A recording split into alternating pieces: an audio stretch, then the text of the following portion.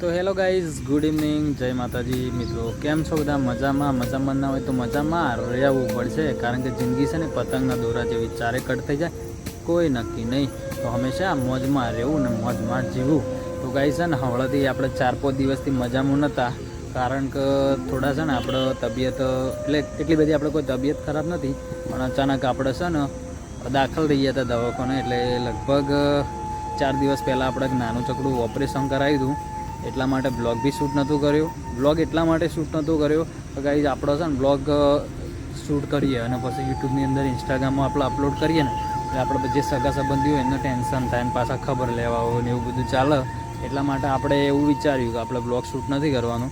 બાકી પટુ તો કહેતી જ હતી કે આપણે બ્લોગ શૂટ કરીએ, પણ મેં શૂટ નહોતો કર્યો. તો શું થયું હતું ને એ તો પછી તમને બ્લોગમાં બતાવીએ છીએ. બાકી નોર્મલ ઓપરેશન હતું, એટલું બધું કોઈ હાર્ડ ઓપરેશન હતું, પણ લગભગ આપણે 30-1 વર્ષ પહેલાં આપણે છે ને નાના હતા બાળપણથી એક નાની ચકડી ગોઠ હતી, એટલે એમ રસાડી રહાડી કહેવાય એવી હતી નાની ચકડી. પણ આપણું જેમ આપણો શરીરનો વિકાસ અને જેમ ઉંમર વધતી જાય ને એટલે આજ 30 વર્ષનો આપણે કમ્પ્લીટ થઈ ગયા. આપણે સરકારી બર્થડે પણ ગયો એટલે આપણે 30 વર્ષ કમ્પ્લીટ થઈ ગયા. તો કેવું કે ઓપરેશન આપણે કરાવવાના ઘણા વર્ષથી આપણે કહેતા હતા કરાવીએ એમ કરતાં 30 વર્ષે ફાઇનલી છે આપણે એક ગોઠ હતી નાની એ કઢાવી નાખી છે. તો કોઈ એટલી બધી આપણે કોઈ રેસ્ટ બી નહીં કર્યો. એક દિવસમાં આપણું ઓપરેશન કમ્પ્લીટ થઈ ગયું હતું અને લગભગ 3 દિવસ પછી આપણે 4થો દિવસ છે. આજે આપણે સિવિલમાં ગયા હતા અને આજેનું ડ્રેસિંગ પણ કરી દીધું, એટલે આપણે એટલું બધું દુખતું બી નહીં અને થોડું નોર્મલ થઈ ગયા, એટલે આમ ફરતા થઈ ગયા. એટલે પાછો આજે આપણે ખેતરમાં આવ્યા હતા. અત્યારે ખેતર આપણે દૂર નહીં, નજીક જ છે, ઘર 19 છે. એટલા માટે છે ને આપણે પછી આવી અને બ્લોગ સ્ટાર્ટ કર્યો છે. મેં વિચાર્યું કે ચલો તમને જણાવી દઉં. તો જો પટુ અત્યારે શું કરો? બોલો પટુ, શું કરો છો? જય માતાજી. બોલો યસ્મીન, અમારે શું કહે છે ઓપરેશન કરાવ્યું ને એ દિવસ હું કહેતી કે યસ્મી આપણે લોક શૂટ કરીએ, પણ આપણે યસ્મીને ના પાડી હતી.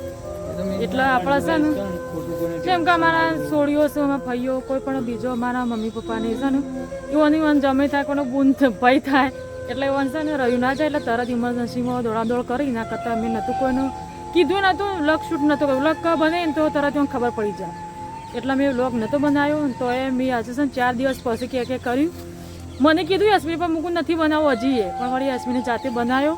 બ્લોગ બી નતો બનાવો અને છે ને ગાઈસ એવું હતું કે પટુ ઘણા ટાઈમથી કે કરતી હતી એટલે પટુને મન રાખીને આપણે ઓપરેશન કરાવી, બાકી નતા કરાવતા. એવું કેવું પડે તારું? આજે ડ્રેસિંગ કરાવ્યા પછી થોડું નોર્મલ લાગ્યું, ખાસો ફરક પડી. બતાવું ગાઈસ, બતાવો તો જ ખબર પડશે કે ગાઈસ એસબીનો 1 થી મોડીના 30 વર્ષ થયો, મારા લગ્ન કરે 12 વર્ષ થયો. એક નાની ચકડી લેમુડી જેવડી હતી, નોર્મલ જ કહેવાય, હોપારી કરતા નાની ના કરતા આજે 40 ml રહાળી એટલી પોટ કહેવાય એ થઈ જાય. તો એસબી એવું કે ના હજી નહીં દુખાતું, નહીં મને કશું થતું, પણ એસન ગાઈઝ એવું તકલીફ હોય તો એના ઓપરેશન કરી દેવું પડે, નોર્મલ સમજી ના રખાય. અને જુઓ આ જગ્યાએ હતી ને આજે છે ને કે કત્તી ક્લીમોથી આવડું મોટું થઈ ગયું હતું. તો અમારે એસબી કેજી નોર્મલ છે. 40 ml પણ એની કહેવાય કેજુ પેલા ના, એટલે મારે શરીર બન્યું પડું, શરીર બન્યું ને એટલે હાથે એનો પણ ગ્રોથ થઈ ગયો. એવું થયું ના કશું ના થાય, ઘણો જ હોય પણ કરી નાખી પટુ કે કરતી એટલે પછી કરાવવું જ પડે. આ બાજુમાં મારા છોકરાને વિચારવું પડે. જય માતાજી કહેતો મેં કહેતા પપ્પા મનતા નતા, મોમાને બાલીને કે કર્યું.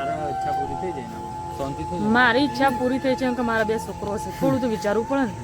જેમ કે આપણે રહાળી કરે સમજીને બેસીએ ગાઈસ, તો છે ને રહાળીમાંથી કોટ થાય, કોટમાંથી કોઈ બીજું કરો એના કરતા છે ને આપણે રહાળીને જ કાઢી દીધી હોય તો શું કેવું? આરામ કરતા હતા ગાઈસ, પછી વિચાર આવ્યો કે ચલો ખેતર પર જઈએ, કારણ કે કાલે રાતે બહુ મસ્ત વરસાદ પડ્યો તો જોવા માટે આયા. આટલા નજીકથી ઘર આપણા નજીક જ છે, આટલું આપણે ઘર નજીક છે, આટલું જ છે એ ખેતર પાસે. ચલો બ્લોગ કરીને આજે 4 દિવસ પછી બ્લોગ આવશે એટલે સપોર્ટ કરતા રહીએ. એટલે જો મોસ્ટલી પતંગ અમારા છે ને સગા સંબંધીઓ ખબર પડી જાય, એટલે કે એસબી કીતાની ના કરતા આપણે લોક બનીને જ પણ બાકી હોય ખબર પડી જશે.